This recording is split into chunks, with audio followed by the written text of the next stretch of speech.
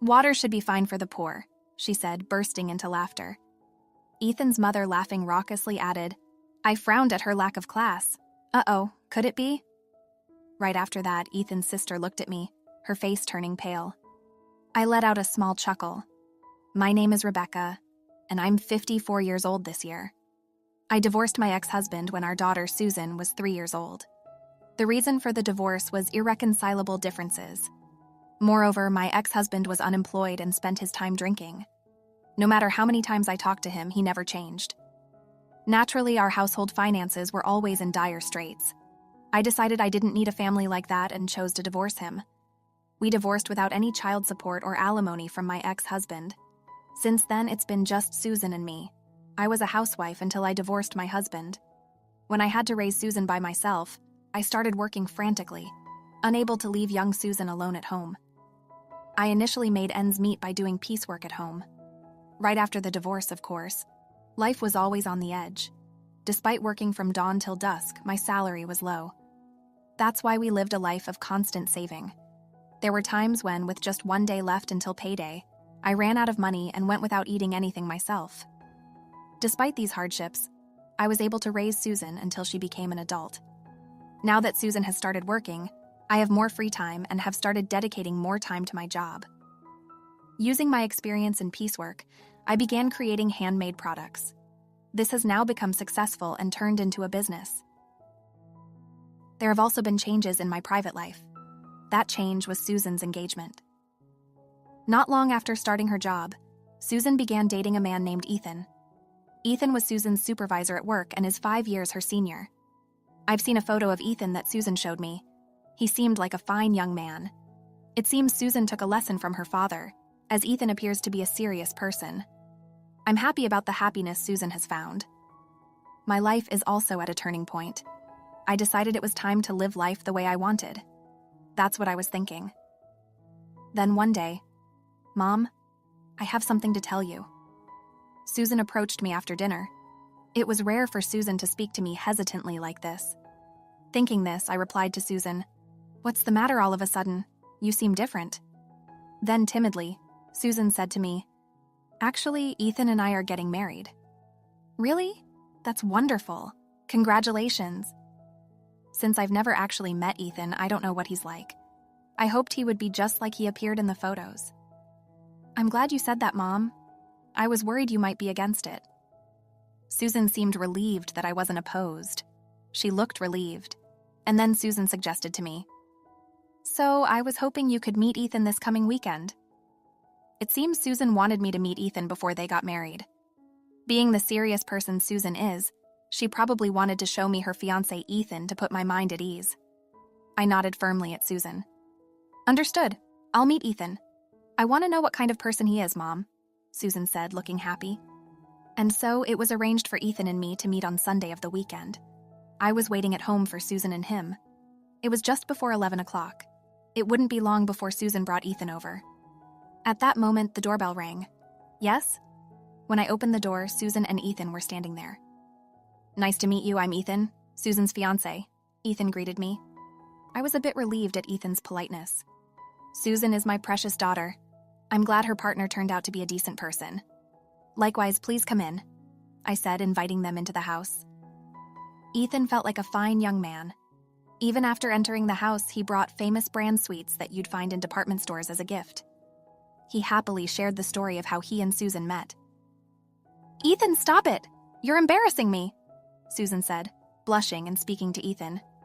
Susan's demeanor felt fresh to me. However, the pleasant atmosphere changed in an instant. By the way, is your father at work today? Ethan asked, looking around. His face seemed puzzled. I was taken aback by Ethan's question. Glancing at Susan, I noticed her complexion was a bit off. She must have kept it a secret from Ethan that we were a single-parent family. Honestly, it was wrong of Susan to keep it a secret. In old-fashioned households, single-parent families often face prejudice. I braced myself to explain the situation to Ethan. Susan might not have mentioned it, but actually, I'm divorced from my husband and it's just been the two of us, I said. Then Ethan's face, which had been smiling until then, went expressionless for a moment. What's wrong? I asked Ethan, feeling anxious. Maybe it was a mistake for me to be the one to tell him, I thought, but in the next moment, Ethan was already smiling again. "It's nothing, please don't worry about it," he said, smiling. "Is that so?" I said, tilting my head, confused by the change in Ethan's expression. I couldn't ask for anything more after that. The marriage proceeded smoothly. Susan seems to be enjoying the wedding preparations, saying things like, "What kind of dress should I choose, Mom? What dress do you think would be good?" "Well, I think your favorite would be nice," I replied, but I was somewhat distracted. I couldn't forget Ethan's expression from that day, the moment his face went blank. His family may have strict views on single-parent households, so I asked Susan, "What did Ethan say on the way home that day about us being a single-parent family?" "Ethan may be facing opposition to the marriage from his family."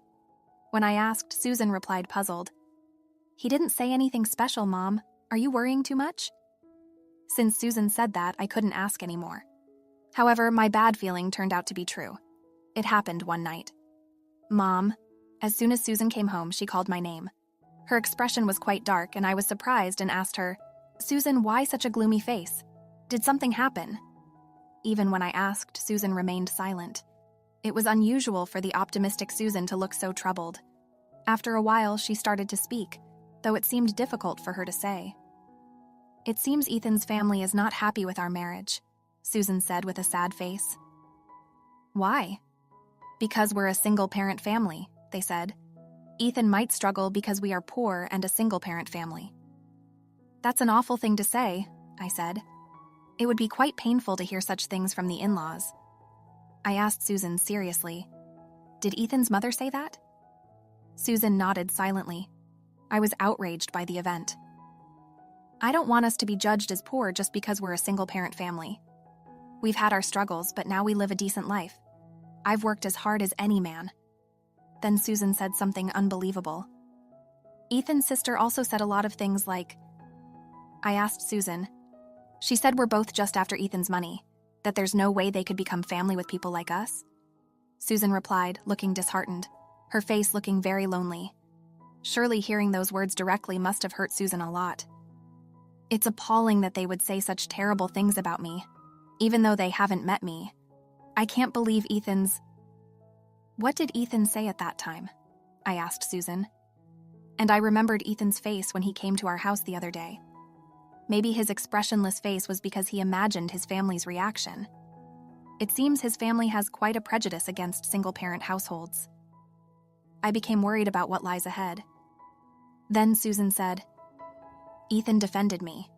After all, I work at the same company as Ethan, so it's absurd to think I'd ask him for money." I was relieved to hear that. If Ethan is on Susan's side, that's reassuring. I found myself murmuring those words. If Ethan had not defended Susan and sided with his family instead, I would have been worried about Susan's future. She would likely continue to face snide remarks from her in-laws and feel marginalized. However, if Ethan stands by Susan, things might be a bit better. A few days later, Susan proposed a meeting with Ethan's family. "Mom, I want to have a face-to-face meeting with Ethan's family before the wedding. I'm sorry to ask, but it seems the proposal came from Ethan's mother. Your mother should greet her future in-laws at least once. She has that much common sense, right?" she was told. We couldn't refuse. "I'm sorry," Susan apologized, considering my feelings. "I'll meet with Ethan's family for Susan's marriage greetings. Honestly, I'm not sure what to expect. I don't want to go, but it seems proper to do so." "It's okay." I gave my consent on the day of the marriage greeting. I went to a restaurant near Ethan's family home with Susan. The reason for choosing a restaurant was explained by Susan. "As told by Ethan's mother, we can't invite you home without being officially married. There's a fancy restaurant nearby that should suffice, right?" The restaurant chosen by Ethan's mother was an upscale one, costing $300 per person for a meal. I occasionally go there for business, but rarely in my personal life. I was puzzled by Ethan's mother's choice of restaurant. When Susan first greeted Ethan's family, his mother had chosen a nearby cafe. Moreover, Susan ended up paying for Ethan's mother's tea. According to her, "It's natural since you're joining our family." However, Ethan reimbursed the tea costs later. Why is Ethan's mother so condescending, even though we're the ones being invited for the marriage greeting? I couldn't help but frown. However, if I, as Susan's mother, refuse, it's Susan who will be blamed for being rude. After the marriage, Susan might feel even more out of place. That's a problem, so I reluctantly accepted the proposal.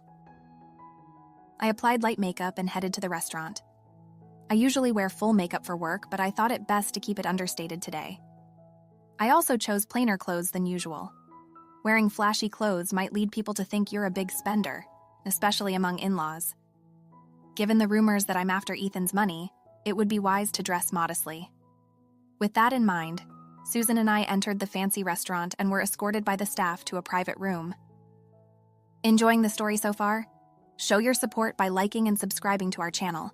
Now let's dive back into the story. We found Ethan and his family waiting inside. Susan, Susan's mother, thank you so much for coming today. Ethan greeted us politely. Thank you for the invite, I replied to Ethan, expressing my gratitude. Then I faced Ethan's parents and sister. They were smirking at Susan and me with a condescending look. It was clear at a glance that we were not welcomed by Ethan's family. I greeted them with caution, strengthening my guard. Thank you for sparing your precious time today. My name is Rebecca, Susan's mother. I look forward to getting to know you, I said. Then Ethan's mother smirked and said, I don't particularly feel like looking forward to it, Mom. Ethan admonished his mother, but she was unfazed. After all, being from a single-parent family is problematic, isn't it? You must be struggling with money. Even your clothes are so plain. She looked me up and down, then snorted disdainfully through her nose. It seems my decision to wear deliberately plain clothes backfired. Ethan's sister also made snide remarks while laughing. You could have married someone more decent. Ethan drew the short straw, didn't he? Taking in a poor mother and daughter. Such remarks are incredibly rude, especially for a first meeting. However, I couldn't disrupt Susan's marriage. Excuse me. I reluctantly took my seat. Perhaps because I didn't retort, the in-laws seemed amused as they watched me.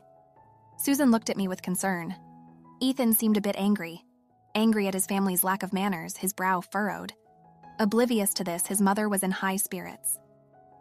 We've reserved a course meal for today. It's $300 per person, she excitedly told her daughter. Really? I'm looking forward to it because the courses here are quite expensive. We must eat a lot. Her voice was lively with excitement. Ethan's father was nodding happily as well. After a while, the staff brought in the dishes, a colorful array of amuse-bouche. This restaurant serves 3 types of amuse-bouche on a single plate. They all looked delicious. However, only water was in front of me. I was about to call the staff back, but they had already left. A stark reminder.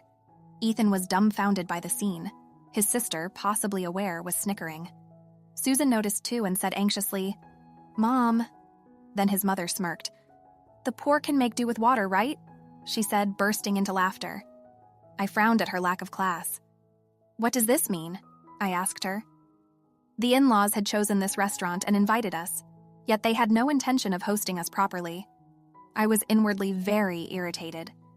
She glanced at me and then laughed happily. She didn't seem to care that I was upset. She seemed to be enjoying it.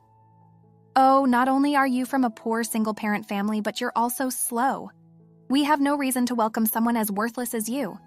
She hurled insults while looking at my outfit from head to toe, and then snorted disdainfully through her nose. Her husband nodded as if to say it was only to be expected. Isn't it shameful to be a single parent? A woman abandoned by her husband is nothing but flawed. Well, a plain woman like you wouldn't be in demand anyway. He said this and burst into laughter. Even though it wasn't a case of my husband leaving me, his assumption was unilateral. I thought it was truly unacceptable as a human being. The sister was laughing merrily as well, saying, I wouldn't want to end up like her, working for low wages even though you're a woman. It's pathetic to have given up on femininity. She looked down on me as she spoke. Mom, I'm sorry. Susan's face looked like she was about to cry. She must feel responsible for putting me in this difficult situation because of her. Susan was downcast. I had reached my limit of patience. I couldn't stay quiet after being looked down upon like this. It might be time to fight back. Enough already, ganging up and bad-mouthing Susan's mother. Aren't you ashamed as adults? Ethan shouted. I was surprised that Ethan stood up for me. Susan looked shocked as well. Ethan was red-faced and angry at his family. However, his family showed no remorse. His mother was still laughing joyfully, saying, There's no need to defend poor people. Why are you so angry? The father was nodding in agreement. Ethan's words seemed to not affect them at all. I was truly appalled by his parents. They must lack common sense. It might be time for a counterattack. I have an ace up my sleeve that will surprise the in-laws. At that moment, the sister started staring intently at my face. I inadvertently glared back at her. Then she muttered to herself, "Wait, could it be?" Immediately after, her face turned pale as she looked at me. It seems she has finally realized who I am. I let out a chuckle. She was trembling as she looked at me. This can't be happening. Noticing her condition, the father asked her in confusion, "What's wrong with you? You've been acting strange." The mother was also surprised, looking at her. "Oh no, you're as pale as a ghost. Are you feeling unwell?" She spoke words of concern to her daughter. Yet her trembling didn't stop. Considering the fact she had realized, it was understandable. Then she quietly asked her father a question. "Dad, the company you work for is Harrison Handicrafts, right?" She looked intently at her father, seeking confirmation of the truth. Harrison Handicrafts is a small to medium-sized company with about 100 employees. The salary is less impressive compared to major companies. And I'm familiar with Harrison Handicrafts, the company Ethan's father works for, because it's related to my work. Laughing, he said, "What's with the sudden question? I may not look it, but I'm working hard as the head of the sales department." And he continued, "I even got you a job at our company through my connections. Be grateful." He laughed heartily after saying that. "Of course, that makes sense." She looked defeated and disheartened. Her father asked her, puzzled, "But why are you asking that? Are you trying to brag about working full-time because this poor woman is probably a temp worker?" He looked down on me with disdain. I vowed to myself that this man would pay for his words. Then she sighed lightly and started to speak. "Dad, don't you know who our company's clients are?" "Our company's clients?" he asked, puzzled. Ethan's mother had a blank expression on her face. It seemed she, being a full-time homemaker, couldn't quite grasp the situation. She began to explain, albeit with some difficulty. "I've met Susan's mom before inside the company. She was wearing heavier makeup at the time, so I didn't recognize her immediately." He seemed confused. "What do you mean inside the company? I remember the faces of all employees, including part-timers, but I don't recall such an old lady." I frowned at the insult of being called such an old lady. However, he seemed preoccupied with other concerns. Hearing the mention of inside the company, he appeared to be desperately trying to recall something. However, it's no surprise he doesn't remember me since we never spoke directly. As I thought this, she started to apologize. "Susan's mom, I'm truly sorry for everything." Seeing her behavior, the parents began to get agitated. "Why apologize? There's no need to say sorry to such a poor person," said the mother. "Exactly, don't you have any pride? Apologizing to a poor person like this?"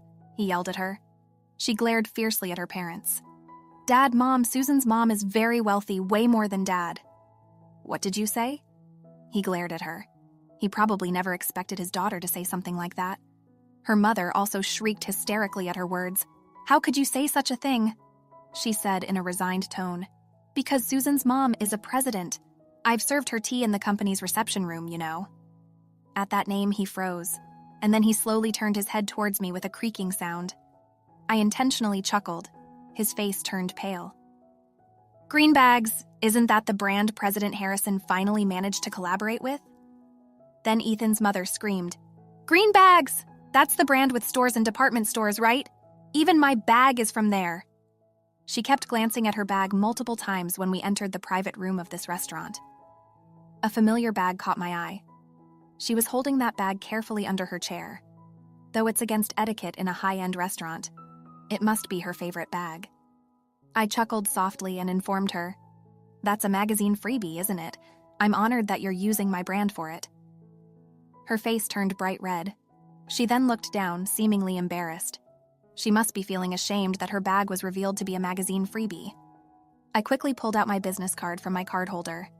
"I am Rebecca Green, the representative of Greenbags." The parents stared at the business card intently. "I can't believe she was the president." He was trembling as he looked at the business card. His wife also looked incredulous. I spoke to the two of them, who were silently gazing at the business card. It seems a collaboration with Harrison Handicrafts is no longer possible. What a shame. At that, his face showed a startled expression. Why? That was the project President Harrison was most committed to. He trembled with fear as he spoke. What's going on? She confusedly asked him. The truth is, Harrison Handicrafts has been struggling financially. The number of people engaging in handicrafts has been declining compared to the past. When I was young, my mother would sew everything by hand. But now cheap, mass-produced items are widely available, likely a sign of the times. Harrison Handicrafts, greatly affected by this trend, has seen its sales decrease year by year. When President Harrison proposed the collaboration, he mentioned it as a last resort to revive the company. However, I have collaborated with numerous well-known brands. Honestly, I wasn't very interested in collaborating with a small to medium-sized company like Harrison Handicrafts. Initially, I declined President Harrison's proposal, but eventually, his passion won me over, and I agreed.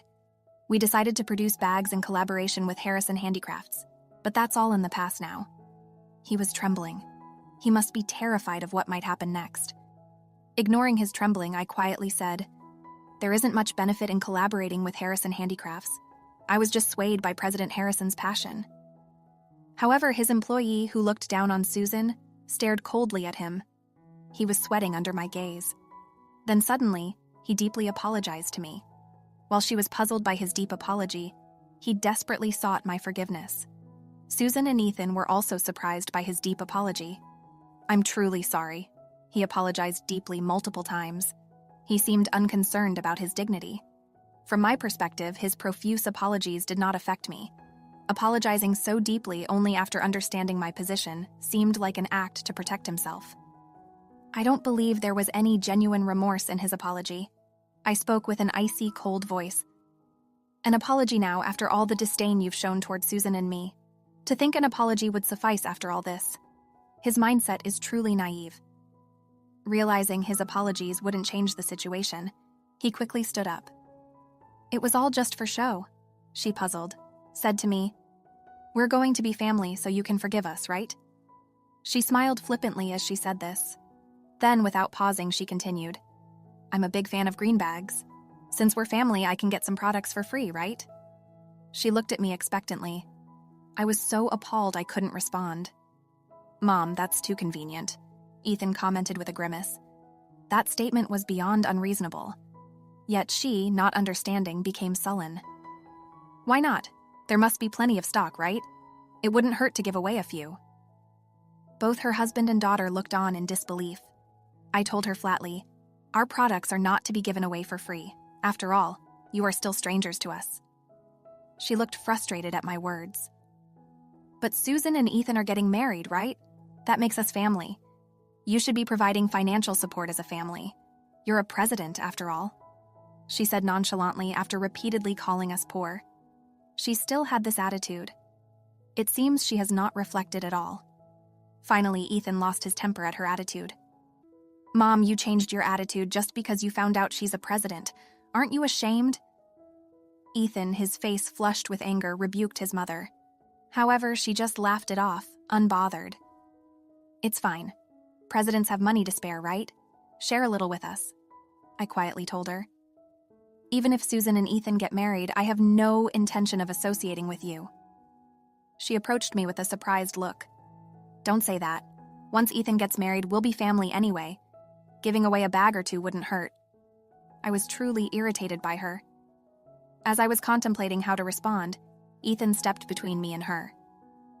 "Ethan," I asked, and he made a troubled face. "I knew you were the president. I kept silent because I was sure my parents would trouble you if they found out." His father looked regretful at Ethan's confession. "You knew? If you had told me, you would have acted like Mom, right?" Ethan looked at his father with a cold gaze. "What kind of attitude is that towards your parents? Keep this up and you'll be disowned," he shouted at Ethan. Susan was flustered by the exchange. Ethan sighed and declared, "I'd rather be disowned. I'm cutting ties with you too." "Why would you say that after we've done so much to raise you?" She spoke to Ethan, clearly upset. Both his father and sister were stunned, staring at Ethan. They likely never imagined he would speak of severing ties. "I want to cherish Susan from now on. I don't need a family that disregards Susan and her mother." Ethan, his mother, broke down crying on the spot. His father and sister were dumbfounded. Being disowned by their son whom they had doted on must have been incredibly hard for them, but it was a result of their actions, starting with his mother. "Please live with regret for the rest of your life," I chuckled and added my comment. Susan then joined in. "We won't even inform you if we have children," she stated firmly to her in-laws. "Not being able to meet my grandchildren, please spare us that." Her cry of agony filled the room. Amidst this, Ethan quietly added, "We're done being a family." At his words, his father and sister seemed to want to plead with us, their faces tearful. Ignoring them, Susan, Ethan, and I left the restaurant. Later, I heard that Ethan's father and sister were fired from their company the day after the incident at the restaurant. I told President Harrison that I wanted to cancel our collaboration. Despite his many attempts to persuade me, I refused. I cannot collaborate with a company that is capable of disregarding people like that. Although I sympathized with President Harrison's desire to save his company, I couldn't cooperate with a company that employed people like Ethan's family. I explained the situation to President Harrison. He was furious.